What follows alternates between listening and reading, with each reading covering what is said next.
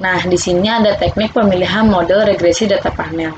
Di sini ada di teknik pemilihan model regresi data panel ini ada uji kau yang digunakan untuk memilih model yang digunakan apakah kita harus gunain CHAM atau FEM.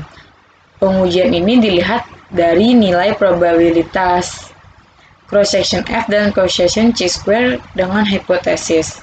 Sebagai berikut, model mengikuti common effect model atau CHAM jika probabilitas cross section F dan cross section chi-square itu 0,05. Model mengikuti fixed effect model jika probabilitas cross section F dan cross section chi-square lebih kecil dari 0,05.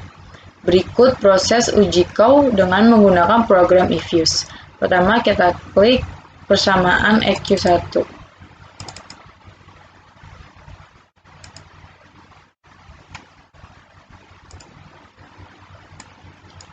Nah, sekarang udah muncul tabelnya, kita bisa klik estimate, terus dalam panel option ini kita pastikan cross section ini jadi fix ya.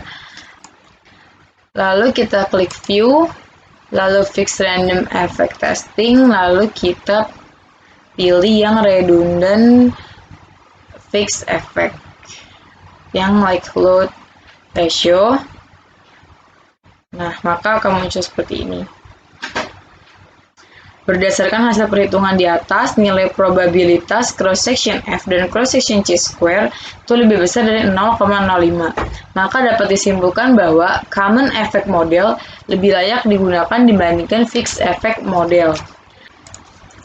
Uji Hausman digunakan untuk model apakah sebaiknya menggunakan random effect model atau fixed effect model.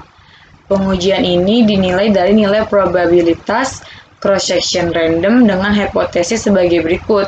H0 model mengikuti random effect model atau RAM jika nilai probabilitas cross-section random di atas 0,05.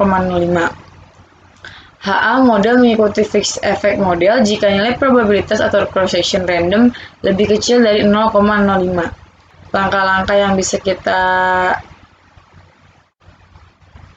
awali adalah kita klik EQ1, lalu kita klik estimate, lalu kita panel optionnya kita di cross section kita pastikan ini random ya teman-teman, lalu kita bisa klik OK, lalu kita klik view, lalu kita klik fix random effects testing, lalu kita pilih yang correlate random effect Hausman test. Nah, maka akan muncul tabel seperti ini. Hasil perhitungannya seperti ini. Nah, berdasarkan hasil perhitungan di atas, nilai probabilitas atau prob cross section random itu lebih besar dari 0,05. Maka dapat disimpulkan bahwa random effect model lebih layak digunakan dibandingkan fixed effect model atau FEM. Nah, selanjutnya ini ada uji Lagrange multiplier.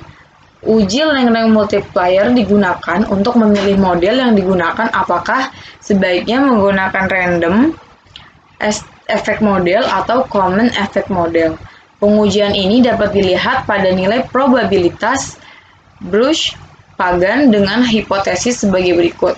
H0 apabila model mengikuti common effect model CHAM jika dinilai probabilitas cross section Bruch-Pagan itu lebih besar dari 0,05. Dan HA model mengikuti random effect model RAM jika nilai probabilitas cross section Bruch-Pagan itu lebih kecil dari 0,05. Nah, berikut cara-caranya. Pertama, kita klik EQ01. Lalu kita ke estimate. Lalu kita ke panel option, kita pastikan cross section itu known. Lalu di sini bisa kita OK. Lalu kita ke view, kita ke fix random effect testing. Lalu kita pilih omitted random effect language multiplier. Nah, maka akan muncul data perhitungan sebagai berikut. Berdasarkan hasil perhitungan di atas, nilai probabilitas cross-section bersepadan itu lebih besar dari 0,5. Maka dapat disimpulkan bahwa Common Effect Model atau CEM lebih layak digunakan dibandingkan Random Effect Model atau RAM.